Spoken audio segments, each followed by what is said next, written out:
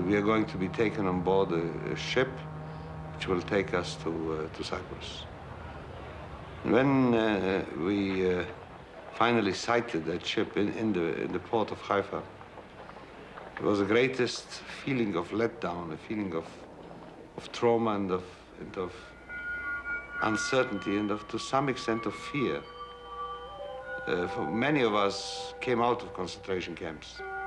The ship already looked like a concentration camp because the decks were all wired in, caged in. And those of us who were still ashore and watched the others walk into these cages, these were moments of dread and difficulty for us. While over 50,000 Jews were interned in camps in Cyprus, Jewish negotiations with the British led nowhere. International pressure mounted for Britain to change its policy, but to no avail. In Palestine, the Jews now fought the British by all available means. In 1946, the King David Hotel, British headquarters in Jerusalem, was bombed. Throughout the land, bridges were blown up. Soldiers were attacked. The continuing British response was imprisonments, armed searches, harsh penalties. An apparatus of repression and control was clamped down. Unable to find a solution, in February 1947, the British government requested the United Nations to intervene. After months of inquiry and debate, the United Nations General Assembly voted whether to partition Palestine into two states, one Jewish, one Arab. Yes. Soviet Union? Yes. United Kingdom? Abstain. The United States? Yes. Approval of the new plan came from countries both east and west. The resolution of the DAC Committee for Palestine was adopted by 33 votes, 13 against, 10 abstentions. There were to be two states occupying the area of Palestine, with Jerusalem an international city.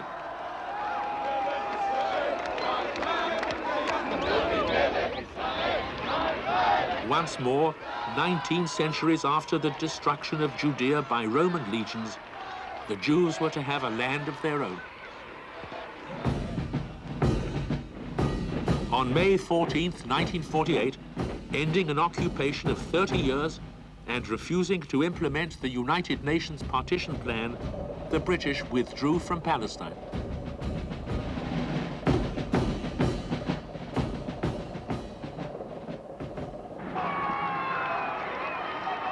That afternoon in Tel Aviv, David Ben-Gurion, leader of the National Jewish Council, proclaimed the establishment of a Jewish state in Palestine to be called Israel. It was exactly 3 years, almost to the day, since the end of the war in Europe and the overthrow of the greatest tyranny that had ever oppressed the Jewish people. For the Jews, it was a miraculous transition from the deepest valley of despair to the fulfillment of their highest hopes. But the Arabs viewed the UN decision as a defeat. Arab irregulars from Syria and Lebanon, the armies of Egypt and Transjordan and other Arab forces crossed Palestine's border in arms, rushing to occupy the vacuum created by the British withdrawal.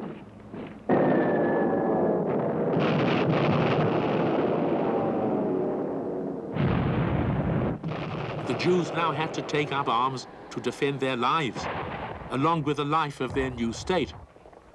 With few weapons or supplies, but with determination and discipline, they created a civilian army. War raged the length and breadth of the land. Nowhere more fiercely than in besieged Jerusalem. It took a year of intense and hard-fought conflicts. The United Nations plan was destroyed in the flow of battle.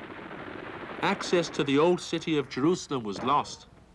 The city was split, its holiest places in the hands of Arab forces. By 1949, Israel emerged victorious, but at great cost, 6,000 dead, 1% of the Jewish population. For the first time in almost 2,000 years, there was a Jewish state. And in May 1949, Israel took her place as a member of the United Nations. By some miracle, it had been successful. The Jews had been landless, united by the ties of their common history, their shared faith, and the ever-recurring cycles of their religious calendar.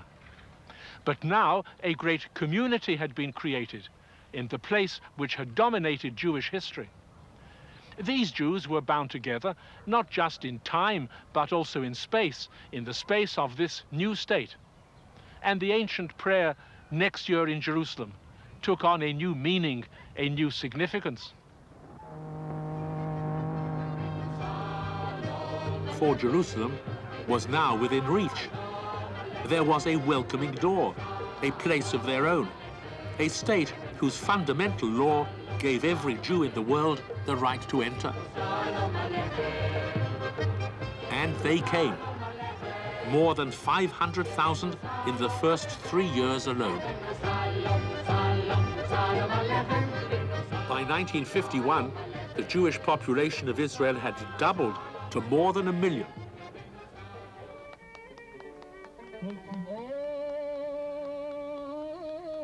They came from 42 countries, many, like these Yemenites, from the Arab lands. For the Yemenites, it seemed a biblical promise fulfilled, to be returned to Israel on the wings of an eagle, though the eagle turned out to be a battered DC-6. Plane after plane laboriously brought out the entire Jewish community of Yemen. 120,000 more were flown in from Iraq. For centuries, many Jews had lived scattered throughout Arab lands, their customs and culture very different from that of their European brethren. But in Israel, all these Jews were to share a common destiny and a common purpose. From Morocco, Jews brought the celebration of Mamuna, a festival unique to that community, marking the end of Passover. The variety of customs that had developed among the Jews during their 2,000 years of dispersion was now brought together for the first time within the borders of a single land.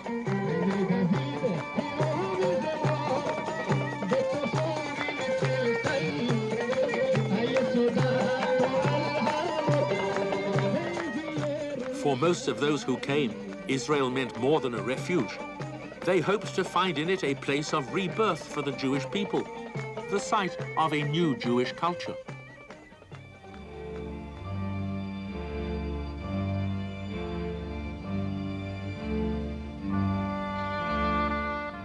It was the deepest conviction of David Ben-Gurion, Israel's first prime minister, that his people would create a new and vital culture as they worked to transform the land. He made a point of working on the land himself, demonstrating by his labor his belief in a society without privilege. He wrote, "One could hardly find a revolution that goes deeper than what Zionism wants to do to the life of the Hebrew people. It is to be a homeland for every Jew who returns there, a homeland that provides equally for all her children."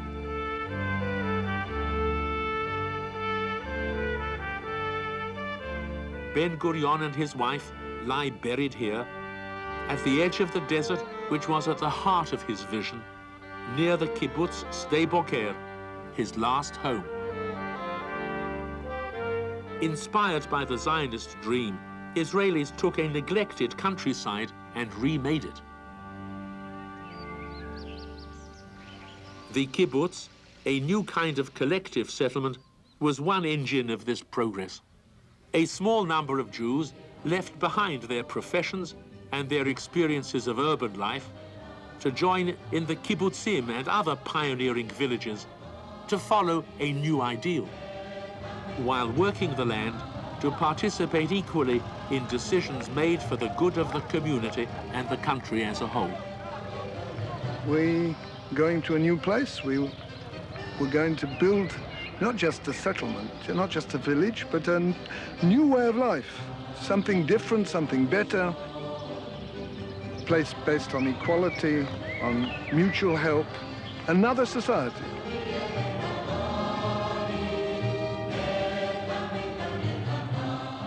But the challenge that brought me to Israel was the very, very simple challenge. The new country, the Jewish country. The idea of building something from nothing. The togetherness of the kibbutz appealed to me.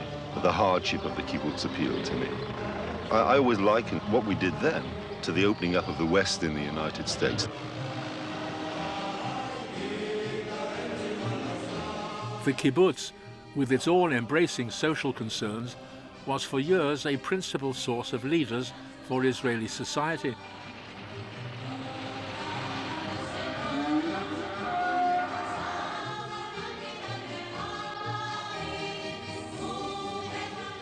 It was a concrete symbol of the Zionist dream.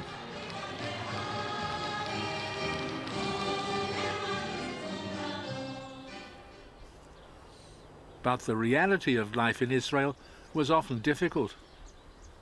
The country itself was beset by enemies on all sides, Arab states that resented its existence and vowed its destruction. Sometimes Israel feared it might be engulfed and destroyed. In 1967, that destruction seemed all too imminent.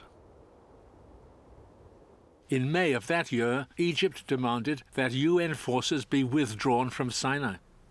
It moved to cut off the Israeli port of Eilat and massed 1,000 tanks and 100,000 troops in Sinai. For 2 weeks, Israel sought international assistance, but in vain. Uncertainty and tension gripped the nation. In Tel Aviv and Jerusalem, and throughout the country, preparations were made for what seemed to be the inevitable conflict.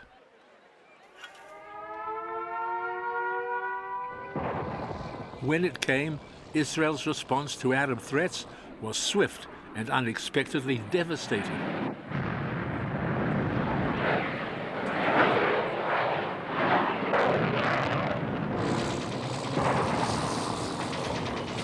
In less than a week, Israel was victorious. The Sinai Peninsula, the Golan Heights, the West Bank of Jordan, under Israeli control. On June the 7th, Israeli soldiers took possession of the old city of Jerusalem, to which they had been denied access for 19 years.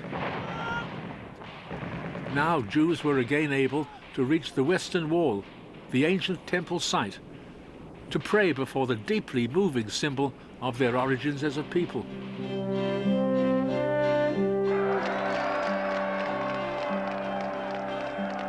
Around the world, Jews were intensely proud of Israel's victory. For most communities, the effect was profound. This was particularly true among the 2 million Jews of the Soviet Union. One who remembers that moment vividly is Alla Rosinek, who was a high school student in Moscow at the time. It was for the first time that the word Jewish had some positive connection. And after that, it didn't take me long to learn that there is a Jewish people that live in a Jewish state, that they have a Jewish history and religion and the language. And it is not that I don't belong anywhere. I do belong. I have a people and I have a country.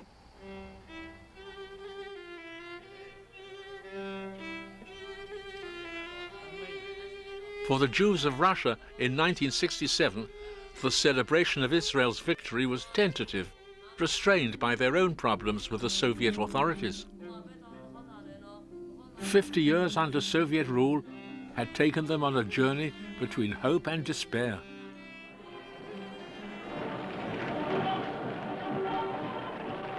Red Square Moscow in the 1930s. The Communist Revolution had brought an end to Tsarist pogroms and persecutions of the Jews. The Jews had become prominent in Soviet life, in politics, science, and in the arts.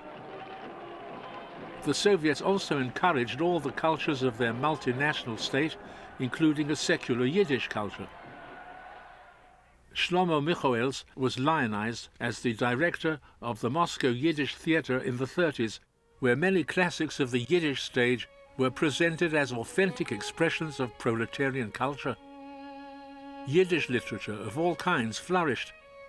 150,000 Jewish children studied in Yiddish at state-sponsored schools.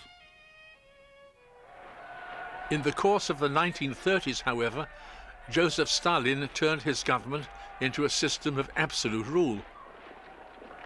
Though the purges began almost immediately, it was not until after World War II that Stalin, fearful of disloyalty on all sides, selected the Jews as a major target of his paranoia.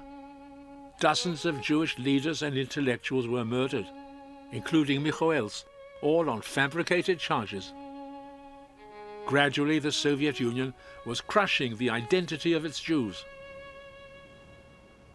By the 1960s, much of the physical witness of Jewish life had been destroyed as well. These images, filmed by Nodar Gingishvili, document the sense of Soviet Jewish life in those years. It was becoming harder and harder to practice or feel as a Jew, and everything to do with the past and tradition was vanishing. I knew if I didn't record the scene now, it would soon be too late. It would all be gone. In Berdichev, the synagogue had become a stocking factory. In Kiev, a movie house. In Novorossiysk, it was a sewing shop. In Tbilisi, a clubhouse. In Lithuania, an office building. Official hostility to Jewish identity had become a part of government policy. Within the empire, Jews were one of the few peoples whose culture the Soviets sought to repress.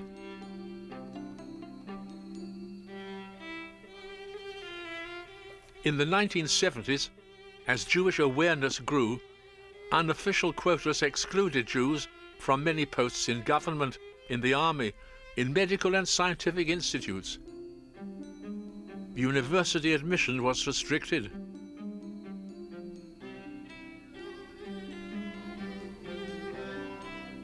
By the early 80s, it was risky to openly celebrate the Jewish festivals.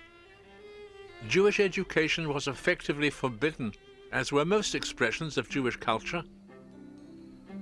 Those who fought this policy and caught the eyes of the world came to be called refuseniks. In '83, my real trouble started. I was persecuted as a Hebrew teacher. They would break into my lessons, try to detain the students, try to confiscate the Hebrew books. And in '84, by the way, it was a very difficult period for all the Hebrew teachers and all the refuseniks, because if you remember, all the rulers of the then Soviet Union would die one after another, and those who were really in control were the KGB. Yuli Edelstein was arrested in 1983 on trumped-up charges and sent to Siberia for 3 years.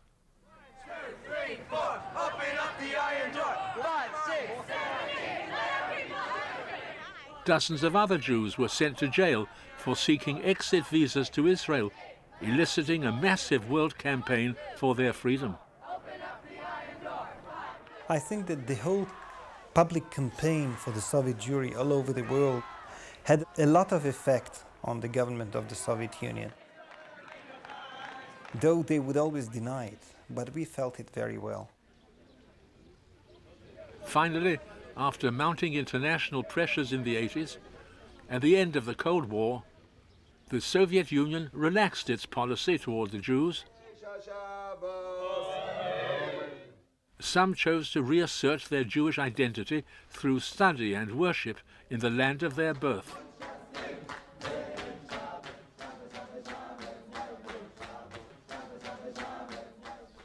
Others chose to emigrate to any country that would welcome them.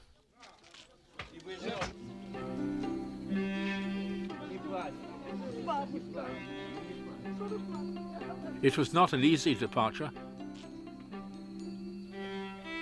The future that beckoned lay in an unfamiliar world, far away from one's loved ones.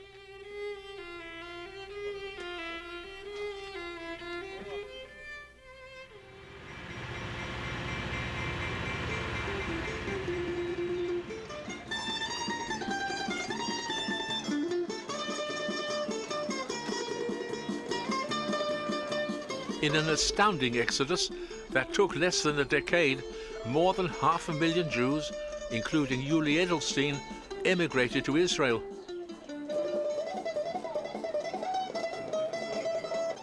If departure had been hard, the arrival was no less difficult. There were new norms, new practices, a new language, and a new culture.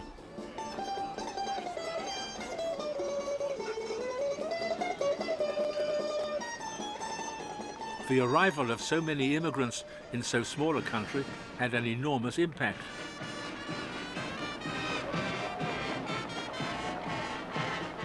The real cultural and social influence of this wave of immigration is still part of the future, meaning that the very question of how we manage to integrate the new immigrants, bring them to the common denominator of the Israeli society, will more or less define their influence in the coming years. The massive exodus of Russian Jews continued a movement begun more than 100 years earlier, which shifted the Jewish population of the world more and more toward two main centers, Israel and the United States.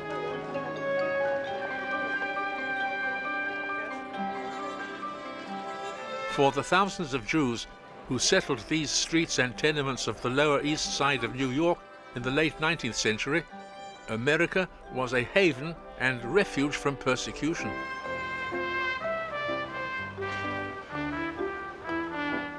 From Europe, the Jews brought with them a rich mix of responses to the modern world.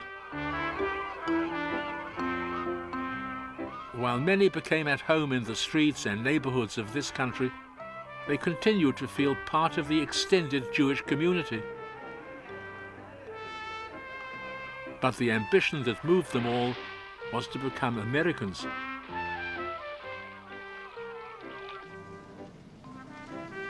Like other immigrant groups, they suffered from prejudices. Occasionally, they experienced anti-Semitism. But the troubles seemed to diminish with time. By the 1950s, Jews had joined in all walks of American life. In every way, they gave themselves